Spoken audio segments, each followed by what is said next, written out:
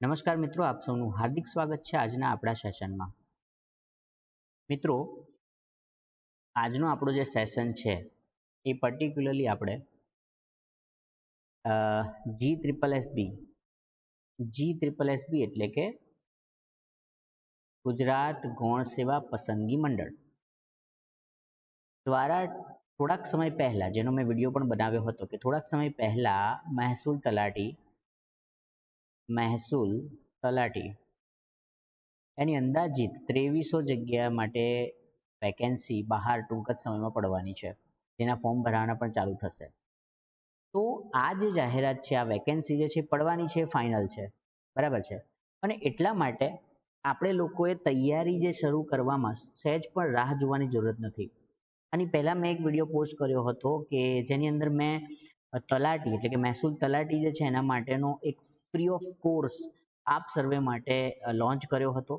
એ વિડીયોની અંદર ઠીક છે, જેના મુજબ હવેથી આપણા વિડીયો જે છે એ ગુજરાતી વ્યાકરણ ટોપિક જે છે એની સાથે સંકળાયેલા દરેકે દરેક ટોપિક આપણે મહેસૂલ તલાટીના દ્રષ્ટિકોણથી જોવાના છે. એટલે કે હું એમ કહેવા જઈ રહ્યો છું કે આજે આપણે મહેસૂલ તલાટી જે છે એની તૈયારી કરવા માટેનો સૌથી પહેલો લેક્ચર જોવા જઈ રહ્યા છે અને એના સિલેબસનો સૌથી પહેલો ટોપિક આપણે લીધો છે ગુજરાતી વ્યાકરણ. મિત્રો, ગુજરાતી વ્યાકરણ જે છે ઘણા વિદ્યાર્થીઓને ટફ પડતું હોય છે, એટલા માટે ગુજરાતી વ્યાકરણ એક એવો ટોપિક આપણે ઉઠાવ્યો છે જેને આપણે સંપૂર્ણપણે ખતમ કરવાનું છે, બરાબર છે. અને ત્યારબાદ આપણે આગળ વધીશું ઇંગ્લિશ ગ્રામર એટલે કે અંગ્રેજી ગ્રામર છે, પછી રીઝનિંગ છે, મેથ્સ છે. સિલેબસના દરેકે દરેક ટોપિક જે છે એના ફ્રી ઓફ કોર્સ એટલે કે તમને સહેજ પણ એક પણ રૂપિયો ફીસ અહીંયા આપવાની જરૂરત નથી. રામ એકેડમી એક એવી એકેડમી છે કે જેની અંદર તમારે એક પણ રૂપિયો આપવાની જરૂરત નથી અને તમે ત્યાં ફ્રી ઓફ વિડીયોઝ, લેક્ચર્સ તમને મળવાના છે અને ક્વોલિટી કન્ટેન્ટ તમને આપણી ચેનલ ઉપરથી મળવાનો છે. ઠીક છે. સાથે સાથે વાંચવા માટેનું મટીરિયલ પણ અમે તમને રામ એકેડમીની ટેલિગ્રામ ચેનલ ઉપર આપવાના છે. ઠીક છે. તો મહેસૂલ તલાટીની જે વિદ્યાર્થીઓ તૈયારી કરી રહ્યા છે, મિત્રોએ ખાસ રામ એકેડમી ચેનલને સબસ્ક્રાઇબ કરવાની છે અને સાથે સાથે તમારા મિત્ર વર્તુળ સાથે પણ શેર કરવાની છે, જેથી કરીને એ લોકોને પણ આ ચેનલનો ફાયદો મળી શકે. સાથે સાથે બેલ આઇકન ઉપર પ્રેસ કરવાનું છે, જેથી કરીને તમને આવનારી અપડેટ્સ ફ્રીમાં મળી શકે. ઠીક છે વિદ્યાર્થીઓ. તો મિત્રો, પહેલો ટોપિક આપણે આજે શરૂઆત કરી રહ્યા છે. આજે આપણો જે કોર્સ છે મહેસૂલ તલાટીનો, એની આપણે શરૂઆત કરવા જઈ રહ્યા છે અને મેં તમને જેમ કીધું કે આજે આપણે જોઈશું ગુજરાતી વ્યાકરણ. એટલે આપણે પહેલો ટોપિક લીધો છે ગુજરાતી વ્યાકરણ. સિલેબસનો પહેલો ભાગ છે જે ગુજરાતી વ્યાકરણ આપણે જોઈ રહ્યા છે. આના પછી એક ભાગ આવતા રહેશે જે તમારે દરેક જણ સ્ટડી કરવાના છે, ભણવાના છે અને અભ્યાસ કરવાનો છે. એનો પહેલો ટોપિક મેં અહીંયા કન્સિડર કર્યો છે. સૌથી પહેલો ટોપિક ગુજરાતી વ્યાકરણનો છે, જે છે અલંકાર. શું છે? અલંકાર. તો મિત્રો, આપણે આજે અલંકાર જે છે એને એવી રીતે ભણીશું કે અલંકાર આ રીતે ભણ્યા પછી તમે એને કમ્પ્લીટ તમને આવડી જશે અને સાથે સાથે એની પ્રેક્ટિસ પણ કરીશું. ઘણા બધા ક્વેશ્ચન્સ પણ આપણે ડિસ્કસ કરવાના છે. ઠીક છે મિત્રો. તો જેટલા પણ વિદ્યાર્થીઓ તલાટીની તૈયારી કરી રહ્યા છે એ વિદ્યાર્થી મિત્રોને આપણી રામ એકેડમી ચેનલ જે છે એને સબસ્ક્રાઇબ કરવા માટે અમે અપીલ કરીએ છીએ. તો ચાલો શરૂઆત કરીએ આપણે અને આપણા પહેલા ટોપિકની, જે છે અલંકાર. શરૂઆત કરીએ આપણે. દેખો મિત્રો, અલંકાર જે છે ને એ શું છે એવો પ્રશ્ન તમને પરીક્ષામાં નથી આવવાનો. એના પાછળની થિયરી આપણે સમજવાની નથી. દેખો, અલંકાર શું છે તો એના પાછળની થિયરી આપણે કાંઈ સમજવાની નથી. અલંકાર શું છે તો કોઈ વાક્ય છે, કોઈ પંક્તિ છે, હે ને, તે પંક્તિની અંદર તાલ બેસાડવા માટે આપણે કોઈ કહેવત કહેતા હોય તો એમાં નહીં સરખા શબ્દો આવતા ઘણી વખત, હે ને, કોઈ શાયરી કહીએ છીએ તો એની અંદર તાલ બેસે છે, એક સાથે બીજો શબ્દ સરખો બેસતો હોય, બસ એ અલંકાર છે, હે ને, અલંકાર છે. તો મિત્રો, અલંકાર જે છે એના મુખ્ય બે પ્રકાર છે. હવે દેખજો, ધ્યાનથી સમજજો. અહીંયા અલંકારના મુખ્ય બે પ્રકાર છે. અહીંયા હું લખવાનું ભૂલી ગયો છું. આ છે શબ્દાલંકાર. ઠીક છે, શબ્દાનું અલંકાર. અને આ જે છે ને એ છે અર્થાલંકાર. અર્થાલંકાર. ઓકે. તો આની ઉપરથી તમે શું કહી શકો છો? બે પ્રકારના અલંકાર છે, શબ્દાલંકાર, શબ્દાનું અલંકાર અથવા શબ્દાલંકાર, અને શબ્દાલંકાર અને અર્થાલંકાર. તો જુઓ મિત્રો, એવા અલંકાર કે જેની અંદર શબ્દનો તાલ બેસતો હોય. દેખો મેં તમને શું કીધું, અલંકાર શું છે? તાલ છે. એક પ્રકારનો શું છે? તાલ બેસતો હોય વાક્યની અંદર અથવા પંક્તિઓની અંદર, એક તાલ બેસતો હોય, તાલ સેટ થતો હોય, એને આપણે અલંકાર કહીએ છીએ. હવે એ જે વાક્ય છે એની અંદર શબ્દોનો તાલ બેસતો હોય. કોનો તાલ બેસે છે? શબ્દનો તાલ. શબ્દનો તાલ. શબ્દનો તાલ બેસતો હોય તો આ 4 પ્રકારના અલંકાર બને છે. અને અગર તમારા વાક્યની અંદર, પંક્તિની અંદર શબ્દનો તાલ નથી બેસતો, પરંતુ શબ્દના અર્થનો તાલ બેસે. શબ્દના અર્થનો તાલ એટલે વાક્ય જે છે ને એના મીન્સ એના અર્થનું મહત્વ છે, તો એને આપણે અર્થાલંકાર કહીશું. અને શબ્દનું મહત્વ છે તો એને આપણે શબ્દાલંકાર કહીએ છીએ. ક્લિયર? એકદમ ક્લિયર વસ્તુ છે આ, સમજી શકો છો તમે. દેખો મિત્રો, અગર વાક્યની અંદર શબ્દનું મહત્વ છે અથવા વર્ણ અક્ષરનું મહત્વ છે તો એને કહીશું આપણે શબ્દાલંકાર. અને અગર અર્થનું મહત્વ છે, વાક્ય જે છે એના અર્થનું મહત્વ છે, તેને આપણે કહીશું અર્થાલંકાર. ક્લિયર? આપણો જે આ સેશન છે એની અંદર આ 4 આપણે શબ્દાલંકાર ક્લિયર કરવાના છે આજે. ઓકે, તો સૌથી પહેલા શરૂઆત કરીએ શબ્દાલંકારનું, પરંતુ એની આગળ અમુક વસ્તુ આપણે સમજવી પડશે. શબ્દાલંકાર જે છે એની અંદર આપણે અમુક વસ્તુને સમજવી પડશે. જેમ કે જે અલંકારમાં શબ્દ કે વર્ડ એના વડે આકર્ષક બનાવવામાં આવે છે. કોને આકર્ષક બનાવવામાં આવે છે? તો પંક્તિને ને, અથવા કહેવતને, અથવા કોઈ સેન્ટેન્સને, વાક્યને, એને આકર્ષક બનાવવામાં આવે એટલે તાલ બેસાડીએ છીએ આપણે. પણ તાલ બેસાડવા માટે, એને આકર્ષક બનાવવા માટે જે અલંકારમાં શબ્દનો અથવા વર્ણનો ઉપયોગ થતો હોય એવા અલંકારને શબ્દાલંકાર કહેવામાં આવે છે. ક્લિયર થાય છે વાત? ક્લિયર થાય અને સમજાતું હોય તો કમેન્ટમાં લખો કે યસ, અમને સમજાય છે. ઓકે, તો મિત્રો, જે અલંકારને તમે શબ્દ કે વર્ણ વડે આકર્ષક બનાવી શકો એને તમે શબ્દાલંકાર કહો છો. એને શબ્દાલંકાર કહીએ છીએ આપણે. ચલો, હવે શબ્દાલંકારની અંદર વેરી ફર્સ્ટ જે સૌથી પહેલો જે શબ્દાલંકાર છે એ છે વર્ણાનુપ્રાસ કે વર્ણ સગાઈ. વર્ણાનુપ્રાસ અથવા વર્ણ સગાઈ, આ બંને એક જ વસ્તુ છે. હવે તમને કન્ફ્યુઝન થતું હશે, શું છે આ વર્ણાનુપ્રાસ ને વર્ણ સગાઈ? એક ઉદાહરણ હું તમને આપું. વર્ણ શું છે, શબ્દ શું છે? યાદ રાખજો, વર્ણ શું છે, શબ્દ શું છે?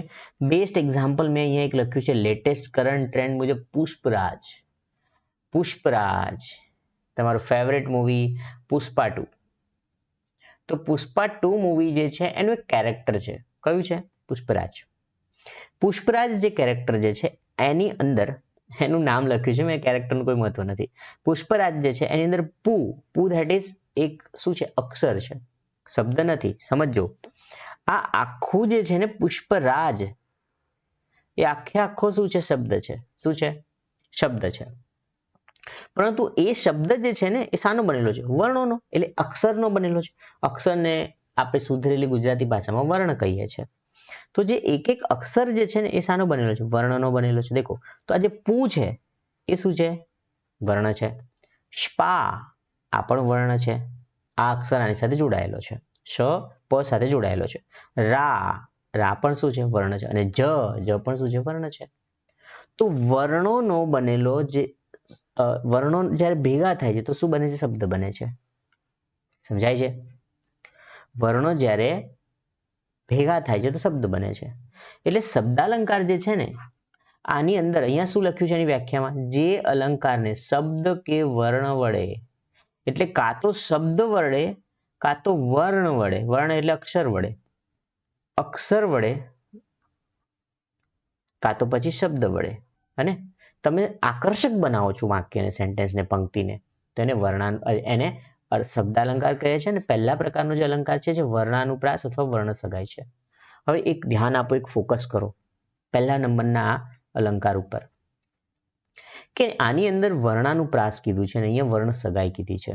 બંને વસ્તુ નામ એક જ છે, પણ અહીંયા આગળ શું આવે છે? વર્ણ આવે છે ને દોસ્તો. વર્ણ એનો અર્થ એ થાય કે આની અંદર ક્યાંક ને ક્યાંક શાનો ઉપયોગ છે? અક્ષરનો ઉપયોગ છે, શબ્દનો ઉપયોગ નથી થતો. બરાબર છે? તો એની ડેફિનેશનમાં જુઓ, એની વ્યાખ્યામાં જુઓ. જ્યારે એકનો એક વર્ણ, વર્ણ એટલે અક્ષર, એકનો એક વર્ણ પંક્તિમાં 3 કરતા વધારે વાર આવતો હોય, એકનો એક વર્ણ, જેમ કે ક છે તો એક વાક્યની અંદર ક 3 થી 4 વાર આવતો હોય, કે ખ છે, ખ 3 થી 4 વાર આવતો હોય, ચ છે, ચ 3 થી 4 વાર આવતો હોય, તો એ વર્ણ છે, શબ્દ નથી. વર્ણ એટલે કે અક્ષર જે છે ને એ 3, 4, 5 વાર, 3, 4 વાર રિપીટ થાય છે તમારા સેન્ટેન્સમાં, તમારા પંક્તિમાં, તો એને કહીએ છીએ આપણે વર્ણાનુપ્રાસ કે પછી વર્ણ સગાઈ અલંકાર. ક્લિયર છે આ વાત?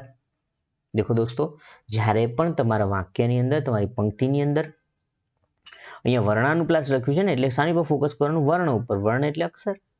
તો વર્ણ શું લખ્યું છે? 3 કરતા વધારે વખત રિપીટ થતો હોય, પોતાની જાતને રિપીટ કરતો હોય 3 કરતા વધારે વખત, તો એને આપણે કહીશું વર્ણાનુપ્રાસ અથવા વર્ણ સગાઈ. પ્રાસ એટલે તાલ. પ્રાસનો અર્થ શું થાય? દેખો, પ્રાસનો અર્થ શું થાય? તાલ બેસાડવો, તાલ બેસવો. અને વર્ણ એટલે શું? વર્ણ એટલે શું? અક્ષર. તો જે અક્ષરનો તાલ બેસતો હોય, શું બેસતો હોય? અક્ષરોનો તાલ બેસતો હોય, તો એવા અલંકારને શું કહીએ છીએ આપણે? વર્ણાનુપ્રાસ કે પછી વર્ણ સગાઈ કહીએ છીએ. ઠીક છે? ઓકે, ચલો ઉદાહરણો જોઈ લઈએ આપણે એના, જેથી કરીને વધારે બેટર આઈડિયા તમારે ક્લિયર થઈ શકે. દેખો, ઉદાહરણ તમે જુઓ. સૌથી પહેલું ઉદાહરણ જે છે, દેખો મેં અહીંયા છે ને જે હાઇલાઇટેડ કરેલા છે અમુક પોઈન્ટ્સને, 1-2 ઉદાહરણમાં કર્યા છે, પછી તમારે જસ્ટ જાતે જ આઈડેન્ટિફાઈ કરવાના છે. દેખો, સૌથી પહેલું એક્ઝામ્પલ જે છે એને વાંચીએ. ભજ રે ભજ તું ભૂતળમાં. તો અહીંયા મેં હાઇલાઇટ કર્યો છે ભ. ભજ રે ભજ. તો ભ એક વખત આવ્યો, ભ બીજી વખત આવ્યો, અને અહીંયા ભ 3 વખત આવ્યો. હવે શું અહીંયા શબ્દ આવે છે? શબ્દ રિપીટ થાય છે? ના. અહીંયા શું રિપીટ થાય છે? વર્ણ. વર્ણ એટલે કે અક્ષર. તો આની સેન્ટેન્સની અંદર, આ વાક્યની અંદર અક્ષર રિપીટ થાય છે, 3 વખત થાય છે. ભજ રે ભજ તું ભૂતળમાં, તો 3 વખત રિપીટ થાય છે, એટલા માટે આ શું છે? વર્ણ સગાઈ કે પછી વર્ણાનુપ્રાસનું ઉદાહરણ છે. ચલો નીચે એક વાક્ય વાંચીએ. કામિની કોકિલા કેલી કુંજન કરે. કામિની કોકિલા કેલી કુંજન કરે. તો દેખો, શબ્દનો અર્થ, વાક્યનો અર્થ નહીં સમજાય ને, તો પણ તમને ખબર પડી જશે કે અલંકાર કયો છે. શું ગણવાનું? ખાલી વર્ણ. દેખો, પહેલો વર્ણ ક છે આ. અચ્છા, કની સાથે કાનો, માત્ર, રસ્વઈ, દીર્ઘઈ અને મોટો ઉ, નાનો ઉ કંઈ પણ જોડાયેલું હોય એ નહીં જોવાનું, આપણે વર્ણ જોવાનું. વર્ણ ક છે ને? યસ. અહીંયા પણ ક બીજી વાર આવે છે, અહીંયા ક ત્રીજી વાર આવે છે, અહીંયા ક 4 વાર આવે છે, અને ક 5મી વાર આવે છે. તો આ કયો અલંકાર હોવો જોઈએ? વર્ણાનુપ્રાસ. ઓકે મિત્રો? યસ. ચલો આગળ વાંચીએ. 3જા નંબરનું ઉદાહરણ. પાણી માટે પ્રભાશંકર પાણિયારા પાસે ગયા. હવે દેખો, અહીંયા પાણી દેટ ઇઝ પ એક વખત આવે છે, પ્રભાશંકર 2 પ આવ્યો, પાણિયારા 3, પાસે ગયા 4 વખત આવે છે, એટલે કયો અલંકાર છે? વર્ણાનુપ્રાસ અલંકાર. લેશ ન લીધો લલિત ઉરનો લહાવજો. તો અહીંયા લ રિપીટ થઈ રહ્યો છે 1 વાર, 2 વાર, 3 વાર અને 4 વાર. તો આ પણ કયો અલંકાર છે આપણો? વર્ણાનુપ્રાસ અને વર્ણ સગાઈ. આગળ જોઈએ. કાળા કરમનો કાળો મોહન, કાળું એનું કામ. ઠીક છે? તો ક ઘણી બધી વાર રિપીટ થાય છે. દેખો, 1 વખત, 2 વખત, 3 વખત, 4 વખત અને 5 વખત. તો 5 વખત ક અહીંયા શું થાય છે? રિપીટ થાય છે. એટલા માટે આ પર કયો અલંકાર છે આપણો? વર્ણાનુપ્રાસ અલંકાર છે, વર્ણ સગાઈ છે. કોઈક વખત વર્ણ સગાઈ લખ્યો હશે, કોઈક વખત વર્ણાનુપ્રાસ લખ્યો હશે, તમારે એ સમજી જવાનું છે. ઓકે, ચલો. નટવર નિરખ્યા નૈન, તે સુખ આવ્યું તુજ ભાગ. અહીંયા ન જે છે ને એ 1, 2 અને 3 વખત રિપીટ થાય છે. ભલે પાછળના ભાગમાં રિપીટ નથી થતો, પણ આગળ તો 3 વાર રિપીટ થાય જ છે. એટલે માટે આપણો અલંકાર કયો છે? વર્ણાનુપ્રાસ કે પછી વર્ણ સગાઈ છે. ઓકે, અને આ તો સૌથી ફેમસ જ છે. આ સૌથી ફેમસ સેન્ટેન્સ છે. કાકાએ કાકીને કહ્યું કે કાચના કબાટમાંથી કાચી કેરીનું કચુંબર કાઢી લાવ. ઘણી બધી વખત ક આવે છે, તો એ સિમ્પલ સી વાત છે કે આ તો આપણો કયો છે? વર્ણાનુપ્રાસ અલંકાર જ છે. ઠીક છે મિત્રો? તો વર્ણાનુપ્રાસ અલંકાર કે વર્ણ સગાઈ, એ કયો અલંકાર છે અને શા માટે એ અલંકાર બને છે એ વસ્તુ અહીંયા મેટર મેં તમને ક્લિયર કરી આપી છે. અને દેખો એ તો ખૂબ જ ઇઝી છે યાદ રાખવું કે આવી રીતે શબ્દ ઘડી પડી અક્ષર વારંવાર રિપીટ થતો હોય તો વર્ણાનુપ્રાસ કે વર્ણસગાઈ છે. પણ એનો જે કન્સેપ્ટ છે ને કે ભાઈ અક્ષર રિપીટ થાય છે ત્યારે આપણે વર્ણાનુપ્રાસ કે વર્ણસગાઈ કહીએ છીએ એ ઇમ્પોર્ટન્ટ છે સમજવું. બરાબર. ચલો નેક્સ્ટ ઉપર જઈએ.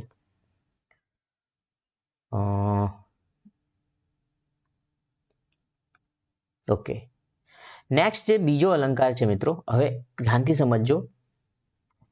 બીજો અલંકાર જે છે એ શબ્દાનુપ્રાસ અલંકાર છે. આગળ જે અલંકાર જોયો ને એ આપણે કયો જોયો? વર્ણાનુપ્રાસ. તો એની અંદર કોનો તાલ બેસતો હતો?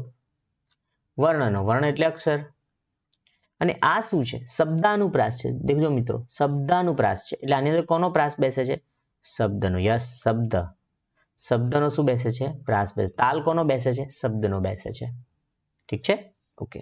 તો જ્યારે પંક્તિમાં બે કે બેથી વધારે શબ્દોના પ્રાસ મળતા હોય, શબ્દ એકનો એક શબ્દ, જેમ કે આકાશ, તો આકાશ, આકાશ, આકાશ એવું 3 વખત કે 2 વખત વાક્યની અંદર ક્યાંક આવતું હોય હને, તો એને આપણે શબ્દાનુપ્રાસ અલંકાર કહી શકીએ. અચ્છા, એની અંદર પણ ભાગલા પડે છે. યાદ રાખજો, યાદ રાખજો, ખૂબ ઇમ્પોર્ટન્ટ છે. ઘણી વખત યમક અને શબ્દાનુપ્રાસ આ બંનેની વચ્ચેની જે પાતળી રેખા લોકો સમજી શકતા નથી. લોકો શું સમજે છે? જે યમક છે એ જ શબ્દાનુપ્રાસ છે, જે શબ્દાનુપ્રાસ છે એ જ યમક છે. એવું નથી મિત્રો. બંને અલંકાર છે એક જ જેવા, પણ એની અંદર બંને વચ્ચે એકદમ માઇનોર ડિફરન્સ છે. ખૂબ જ માઇનોર ડિફરન્સ છે બંને વચ્ચે. બરાબર. એ કયો ડિફરન્સ છે એ આપણે સમજીશું. બરાબર છે. દેખો, અહીંયા મેં લાઈન લખી દીધી છે કે જ્યારે પંક્તિમાં 2 કે 2 થી વધારે શબ્દનો પ્રાસ બેસતો હોય, શબ્દનો પ્રાસ બેસાડવાનો છે, શબ્દ નથી રિપીટ કરવાનો. જેમ કે વાર, તહેવાર. શું લખું હું? વાર, તહેવાર. તો આ બંને એક શબ્દ નથી, અલગ અલગ શબ્દો છે, પણ તેમ છતાંય બંને વચ્ચે પ્રાસ એટલે કે તાલ બેસે છે ને. વાર, તહેવાર. તો આ વાર છે ને આ તહેવાર છે, તેમ છતાં એની વચ્ચે તાલ બેસે છે. તો એવી રીતે તાલ અગર બેસતો હોય તો આને કહેવાશે શબ્દાનુપ્રાસ અલંકાર. પરંતુ માની લો કે કોઈ પંક્તિમાં વારંવાર મીન્સ ઘણી બધી વાર વાર આવતું હોય, વાર, વાર, એકનો એક શબ્દ જ આવે છે, વાર, વાર. આ એકનો એક જ શબ્દ, તાલ નથી બેસાડવાનો, એ શબ્દ જ વારંવાર આવી રહ્યો છે. તો એકનો એક શબ્દ જ્યારે 2 કે તેથી વધારે વાર આવતો હોય તો એને આપણે યમક અલંકાર કહીશું. સમજાય છે? યસ મિત્રો. દેખો, ખૂબ જ પાતળી રેખા છે બંને વચ્ચેનો ડિફરન્સ જે છે ને, ખૂબ જ પાતળો છે. દેખો, શબ્દાનુપ્રાસ જે અલંકાર છે એની અંદર શું થાય છે કે શબ્દ રિપીટ નથી થતો, પરંતુ શબ્દની વચ્ચે તાલ બેસે છે. જેમ કે હું તમને ઉદાહરણ આપું. દેખો, અહીંયા મેં શબ્દાનુપ્રાસ અલંકારના ઉદાહરણો લખ્યા છે. સુલતાનના મુકલ્યા 2 મિયા ગુલતાનમાં જતા હતા. અચ્છા, આની અંદર મેં ડાર્ક કરેલું છે સુલતાન, તો અહીંયા તાન છે સુલતાન અને આ ગુલતાન. તો આ બંને એક શબ્દો નથી. 2 વખત સુલતાન નથી આવતું કે 2 વખત ગુલતાન નથી આવતું. અહીંયા શું થઈ રહ્યું છે? સુલતાન અને ગુલતાનનો શું બેસે છે? તાલ બેસે છે. એ બંનેને બોલવામાં સરખા ફીલ થઈ રહ્યા છે આપણને, એટલે સુલતાન, ગુલતાન. તો આ બંને આપણને બોલવામાં, સાંભળવામાં શું થઈ રહ્યા છે? સેમ, એટલે કે તાલ બેસી રહ્યો છે, પ્રાસ બેસી રહ્યો છે. એટલા માટે આપણે આને શું કહીશું? શબ્દાનુપ્રાસ અલંકાર કહીએ છીએ. કયો કરીશું? શબ્દાનુપ્રાસ અલંકાર. ક્લિયર થયું? યસ, ક્લિયર થવાનું જ છે. દેખો, આગળ વાંચીએ. શબ્દાનુપ્રાસ અલંકારના જ ઉદાહરણ છે. કરે ગાન, તાણ, પાન, પત્ર હાથમાં રે લોલ. તો અહીંયા ગાન છે, તાણ છે, પાન છે. આ એક જેવા જ શબ્દો છે. એક જ શબ્દ નથી, વારંવાર એક શબ્દ રિપીટ નથી થતો, એક જ જેવા શબ્દો છે. તો એક જેવા શબ્દો છે એટલા માટે આપણે એને શું કહીશું? શબ્દાનુપ્રાસ અલંકાર. અને આની અંદર શબ્દ રિપીટ થાય છે. દેખજો, અક્ષર રિપીટ થતો નથી મિત્રો. આની અંદર અક્ષર રિપીટ નથી થતો, માત્ર શબ્દ રિપીટ થાય છે. એટલા માટે આપણે શબ્દાનુપ્રાસ અલંકાર કહીએ છીએ. વર્ણાનુપ્રાસ અલંકારમાં માત્ર વર્ણ એટલે કે અક્ષર રિપીટ થાય છે, જે આપણે અગાઉ આની પહેલા જોઈ ચૂક્યા. ઓકે. દેખો, હવે રંગ બની, દેખો, રંગ બની તંગ મચાવી જંગ પીયુજી ભંગ. કેટલું સરસ ઉદાહરણ છે. હવે રંગ બની તંગ મચાવી જંગ પિયુજી ભંગ. તો એની અંદર જે રંગ છે, તંગ છે, જંગ છે અને ભંગ છે, આ ચાર શબ્દોનો પ્રાસ બેસે છે મિત્રો. રંગ, તંગ, જંગ, ભંગ. તો આ ચાર શબ્દો જે છે એનો શું બેસે છે? પ્રાસ બેસે છે. એક જ શબ્દો નથી. ચાર વખત રંગ નથી આવતું. રંગ રંગ રંગ રંગ એવું ચાર વખત નથી આવતું. શું આવે છે? રંગ પછી તંગ. તો શબ્દ બદલાઈ જાય છે. એકનો એક શબ્દ નથી, પણ પ્રાસ તો સરખો છે ને. રંગ, તંગ, જંગ, ભંગ. તો એટલા માટે આ કયો અલંકાર છે? શબ્દાનુપ્રાસ અલંકાર છે. ઓકે, છેલ્લું ઉદાહરણ જોઈએ. આ છે શા તુજ હાલ સુરત, સુરત સોનાની મૂરત. દેખો, સુરત અને મૂરત બંને કેવા અક્ષરો છે? એક જ અક્ષર નથી, એક જ શબ્દ નથી. સોરી, શબ્દ સુરત સુરત બે વાર નથી કે મૂરત મૂરત બે વાર નથી. અહીંયા શું છે? સુરત અને મૂરત. તો પ્રાસ બેસે છે બંને શબ્દો વચ્ચે, એટલા માટે આ કેવો અલંકાર છે? શબ્દાનુપ્રાસ અલંકાર છે. ઓકે, તો શબ્દાનુપ્રાસ અલંકાર તો મેં ક્લિયર કરી દીધો આપને. પણ એકનો એક શબ્દ વાક્યની અંદર એકનો એક જ શબ્દ રિપીટ થાય, એમાં કોઈ ચેન્જ નથી થતો, તો એને આપણે યમક કહીશું. હવે યમકના ઉદાહરણ જોઈ લઈએ એટલે તમને એકદમ ક્લિયર થઈ જશે. દેખો, આ છે યમક. જવાની તો જવાની છે. તો જવાની છે ને, એ જ અહીંયા જવાની છે. જવાનીના શબ્દમાં કોઈ ફેરફાર કર્યો છે? ના, એનો એ જ શબ્દ બે વાર લખ્યો છે. તો એટલા માટે આપણે એને કહીશું યમક ઉદાહરણ, યમક અલંકાર. જો, રે હસી હસીને રડી, ચડી ચડી તું પડ બાકી. તો અહીંયા હસી હસી બે વાર આવ્યું, ચડી ચડી બે વાર આવ્યું. તો આ કયો અલંકાર છે? યમક. કારણ કે એકનો એક શબ્દ રિપીટ થાય છે. તપેલી તો તપેલી છે. તો તપેલી જે છે એ શું છે? યમક અલંકાર છે. કેમ? કારણ કે એકનો એક શબ્દ બે વાર આવ્યો. આવી આવી રે વસંત શું છે? યમક અલંકાર છે. કેમ? કારણ કે અહીંયા આવી આવી શબ્દ એકનો એક શબ્દ બે વાર રિપીટ થઈ રહ્યો છે, એટલા માટે કયો અલંકાર છે? યમક અલંકાર છે. ઠીક છે મિત્રો? તો અહીંયા આટલું આપણને ક્લિયર થઈ રહ્યું છે? થતું હોય તો બોલો હા. ઓકે, તો દેખો, વર્ણાનુપ્રાસ અથવા વર્ણસગાય અલંકાર આપણે જોયો. એના પછી આપણે જોઈએ છે, અને આ બધા કયા અલંકાર જોઈએ છે? આપણે શબ્દાનુપ્રાસ અલંકાર જોઈ રહ્યા છે.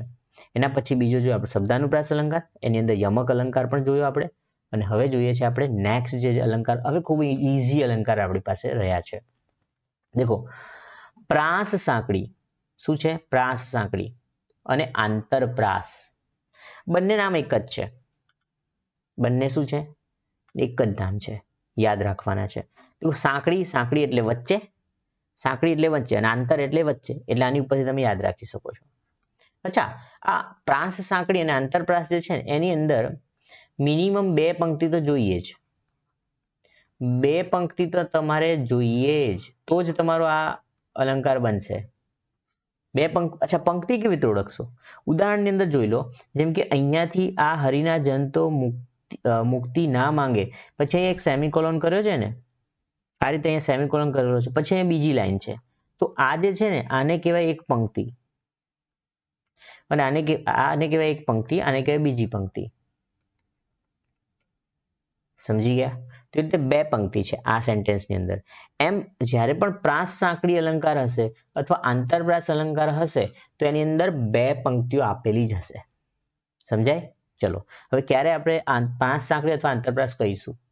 જ્યારે પહેલી પંક્તિનો છેલ્લો શબ્દ, દેખો પહેલી પંક્તિ છે, કઈ છે? હરિના જનતો મુક્તિ ન માંગે, આટલે સુધી. હરિના જનતો અહીંયાથી અહીંયા સુધી, હરિના જનતો મુક્તિ ન માંગે. એટલે પહેલી જે પંક્તિ છે એનો છેલ્લો શબ્દ શું છે? માંગે. અને છેલ્લી એટલે કે બીજી પંક્તિનો પહેલો શબ્દ. બીજી પંક્તિ ક્યાં છે? માંગે જન્મનો જન્મ અવતાર રે, જન્મો જન્મનો અવતાર રે. તો એમાં માંગે જે છે એ શું છે? બીજી પંક્તિનો પ્રથમ અક્ષર. બરાબર? તો બીજી પંક્તિ અથવા છેલ્લી પંક્તિનો પ્રથમ શબ્દ, એના વચ્ચે શું બેસતો હોય? પ્રાસ બેસતો હોય. દેખો અહીંયા શું લખે છે? પ્રાસ બેસતો હોય. એટલે એવું જરૂરી નથી કે આ બંને શબ્દો સરખા જ હોય. તો આની અંદર આ ઉદાહરણની અંદર માંગે માંગે થઈ ગયું છે, પરંતુ તમારે પ્રાસ બેસાડવાનો છે. પ્રાસ અગર સરખો બેસતો હોય, પ્રાસ મળે, તો તેને પ્રાસ સાંકળી અથવા આંતરપ્રાસ અલંકાર કહે છે. એટલે બે પંક્તિ છે એની વચ્ચે પ્રાસ થઈ રહ્યો છે, એટલા માટે એને પ્રાસ સાંકળી અથવા આંતરપ્રાસ અલંકાર આપણે કહીએ છીએ. ઠીક છે મિત્રો? રોકડિયા માર્ક છે? યસ. જ્યારે કોઈ પણ બે પંક્તિ છે એમાં પહેલી પંક્તિનો છેલ્લો શબ્દ અને બીજી પંક્તિ અથવા છેલ્લી પંક્તિનો પ્રથમ શબ્દ, એની વચ્ચે પ્રાસ બેસતો હોય તો એને આપણે પ્રાસ સાંકળી અથવા આંતરપ્રાસ અલંકાર કહીએ છીએ. ઉદાહરણ પહેલું જોઈ લીધું છે. ઉદાહરણ બે જોઈએ આપણે. ઘરે પધાર્યા હરિગુણ ગાતા, વાતા તાલને શંખ મૃદંગ. તો જે પહેલું જે સેન્ટેન્સ છે ને અહીંયાથી માંડીને અહીંયા સેમિકોલોન કર્યો છે ત્યાં સુધી, અહીંયા શું છે છેલ્લો અક્ષર ગાતા, અને બીજું જે છે એનો પહેલો અક્ષર શું છે વાતા. તો આ વાતા અને ગાતા એની બંનેની વચ્ચે શું છે પ્રાસ બેસે છે, એટલે આ કયો અલંકાર છે? પ્રાસ સાંકળી અથવા આંતરપ્રાસ. ગોવિંદનાથ ગોવિંદ ગોપાળ અને અનાથ બંધુ દીનદયાળ સેવકની લેજો સંભાળ અને મોસાળું કરજો તત્કાળ. આની અંદર આ એક્ઝામ્પલ બાય મિસ્ટેક આનું નથી, આ એક્ઝામ્પલ બાય મિસ્ટેક લેવાઈ ગયું છે, સોરી, આને કેન્સલ કરી દઈશું. ભયની કાયાને ભૂજા નથી, નથી વળી સંશયને પાંખ. તો અહીંયા નથી છે, અહીંયા પણ નથી છે. તો નથી છે પહેલા સેન્ટેન્સના એન્ડમાં અને બીજા સેન્ટેન્સના શરૂઆતમાં, એટલે પહેલી પંક્તિના અંતમાં, બીજી પંક્તિની શરૂઆતમાં. એટલે આ કયો છે? પ્રાસ સાંકળી અથવા આંતરપ્રાસ. બાપુજી મંદિરે આવ્યા, લાવ્યા પ્રસાદને કર્યો ઓચ્છય. એટલે પહેલી જે પંક્તિ છે એને છેલ્લો અક્ષર અને બીજી પંક્તિનો પહેલો અક્ષર, આ બંને વચ્ચે શું બેસે છે? પ્રાસ બેસે છે. દેખો અહીંયા આવ્યા અને લાવ્યા, તો બંને વચ્ચે પ્રાસ બેસે છે, એટલે આ શું છે? આંતરપ્રાસ કે પછી પ્રાસ સાંકળી. પ્રેમ પદાર્થ અમે પામીએ, વામીએ જન્મ મરણ જંજાળ. તો પામીએ અને મામીએ બંને એક સરખા શબ્દ નથી, પરંતુ પ્રાસ બેસે છે, એટલા માટે આ શું છે? પ્રાસ સાંકળી આંતરપ્રાસ. પહેલી પંક્તિનો છેલ્લો અક્ષર, બીજી પંક્તિનો પહેલો અક્ષર, એની વચ્ચે શું બેસે છે? પ્રાસ બેસે છે, એટલે છે પ્રાસ સાંકળી અથવા આંતરપ્રાસ. ક્લિયર છે? આ સમજાઈ જાય છે તો એના પછીનો અલંકાર તો એકદમ આરામથી તમને સમજાવવાનો છે. દેખો એના પછીનો અલંકાર છે આંતરપ્રાસ અથવા પ્રાસાનુપ્રાસ. આંતર એટલે અહીંયા એવી રીતે વિચારવાનું કે ભાઈ અંતમાં પ્રાસ બેસે છે. દેખો જ્યારે પહેલી પંક્તિનો છેલ્લો શબ્દ, દેખો પહેલામાં આપણે પહેલી પંક્તિનો તો છેલ્લો શબ્દ હતો જ, પરંતુ અહીંયા છે ને છેલ્લી પંક્તિનો છેલ્લો શબ્દ ગણવાનો. એટલે જેમ કે પહેલી પંક્તિ છે તો એનો છેલ્લો શબ્દ, અને આ બીજી પંક્તિ છે એનો પણ છેલ્લો શબ્દ, આ બંને વચ્ચે પ્રાસ બેસતો હોય તો એને કહેવાય છે આંતરપ્રાસ અથવા પ્રાસાનુપ્રાસ. જ્યારે આગળ શું હતું? પહેલી પંક્તિનો છેલ્લો શબ્દ અને બીજી પંક્તિ જે છે એનો પહેલો શબ્દ, આ બંને વચ્ચે પ્રાસ બેસતો હોય તો એને શું કહેતા હતા આપણે? એને કહેતા હતા આપણે અરે અહીંયા મિસ્ટેક થયેલી છે, પ્રાસ સાંકળી. યસ, પ્રાસ સાંકળી અથવા આંતરપ્રાસ. અને અહીંયા જે છે ને, યસ, અહીંયા આવશે, આ નહીં આવે, આંતરપ્રાસ નહીં આવે, અહીંયા આવશે અંત્યાનુપ્રાસ આવશે. આ મિસ્ટેક છે મિત્રો, આને ઇગ્નોર કરજો અને તમે લખજો અંત્યાનુપ્રાસ. અરે અંત્યાનુપ્રાસ. અંત્યા એટલે છેલ્લે, એટલે બંનેના છેલ્લે અંતમાં પ્રાસ બેસે છે, એટલે અંત્યાનુપ્રાસ અથવા પ્રાસાનુપ્રાસ. આ બંને રાઈટ છે. આ અહીંયા આંતરપ્રાસ નહીં આવે, એ મિસ્ટેક છે, ઉપરથી કોપી થઈ ગયું હશે બાય મિસ્ટેક. તો અંત્યાનુપ્રાસ એટલે કે અંતમાં પ્રાસ બેસે છે, જેમ કે પહેલી પંક્તિનો છેલ્લો અક્ષર, બીજી પંક્તિનો છેલ્લો શબ્દ અક્ષર નહીં. ચલો ઉદાહરણ જુઓ. જોજો રે મોટાના બોલ, ઉજ્જડ ખેડે બાજ્યો ઢોલ. અચ્છા, ઢોલ જે છે એને બોલ, આ છેલ્લા પહેલી પંક્તિનો છેલ્લો શબ્દ, બીજી પંક્તિનો છેલ્લો શબ્દ, એની વચ્ચે પ્રાસ બેસે છે, એટલા માટે શું છે? અંત્યાનુપ્રાસ અથવા પ્રાસાનુપ્રાસ. જેની જશોદા માવલડી અને ચરાવે ગોકુળ ગાવલડી. તો ગાવલડી અને માવલડી એ બંને છેલ્લે આવે છે, એટલે પ્રાસાનુપ્રાસ અથવા અંત્યાનુપ્રાસ છે. જામી ગઈ તરત ઘોર, કરાત વાત લાગી બધે પ્રસરવા પૂર માહી વાત. તો કરાત વાત અને મહી વાત આ બંને છેલ્લા છે, એટલે સેટ થાય છે. પાને પાને પોઢી રાત, તળાવ ઝંપ્યું કહેતા વાત. તો અહીંયા પણ વાત છે અંતમાં, અહીંયા પણ રાત છે અંતમાં. તો એટલે શું છે? આંતરપ્રાસ અથવા અંત્યાનુપ્રાસ અથવા પ્રાસાનુપ્રાસ છે. થોડી પૂંજી દેખાવે મુંજી, સ્વભાવે રમૂજી અને ધંધે પંતુજી. તો છેલ્લે બધામાં જી જ આવે છે, હે? તો અંતમાં આવે છે ને, એટલા માટે આવશે અંત્યાનુપ્રાસ અથવા પ્રાસાનુપ્રાસ. ઠીક છે મિત્રો? તો આ ચાર જે અલંકાર હતા, આ ચાર અલંકાર આપણે શબ્દાલંકાર જે છે એના ઉદાહરણો હતા, અને શબ્દાલંકારની અંદર ચાર અલંકાર આવે છે. આમ તો 5 એક યમકને અલગ કરીએ તો 5 થઈ જાય. તો આપણે યમકને અને શબ્દાલંકારને એક ભેગું ગણી લઈએ છીએ. એટલે વર્ણાનુપ્રાસ અલંકાર અથવા વર્ણસગાઈ, પછી તમારું શબ્દાનુપ્રાસ અથવા યમક, પછી છે અંત્યાનુપ્રાસ અને પ્રાસાનુપ્રાસ, અને આપણું આંતરપ્રાસ અને આંતરપ્રાસ અને પ્રાસાનુપ્રાસ. આપણા જે અલંકાર હતા આગળના એ 4 અલંકાર જે છે આપણે અહીંયા જોયા છે. અને નેક્સ્ટ જે આપણું સેશન આપણે કરીશું એની અંદર આપણે એની આગળના જે અલંકારો છે એટલે કે અર્થાલંકાર જે છે ને, અર્થાલંકાર, એ અર્થાલંકારથી આપણે શરૂઆત કરીશું. ઓકે, તો અર્થાલંકારથી શરૂઆત કરીશું, પરંતુ જે મેં 4 આ તમને અલંકાર કરાયા છે આને ખૂબ ડિટેલમાં સ્ટડી કરો અને જે મેં ઉદાહરણો આપ્યા છે ઉદાહરણો સમજીને એને યાદ રાખવાના પ્રયત્નો કરો. ઠીક છે, તમે યાદ રાખી લેશો પછી મળીશું આપણે નેક્સ્ટ સેશનમાં અને આપણે એમાં અર્થાલંકાર જે છે એનો અભ્યાસ કરી લઈશું. ઠીક, તો ત્યાં સુધી તમે સૌ પ્રિપેરેશન કરતા રહો. મળીશું નેક્સ્ટ સેશનમાં. ત્યાં સુધી જય Bharat. Thank you so much.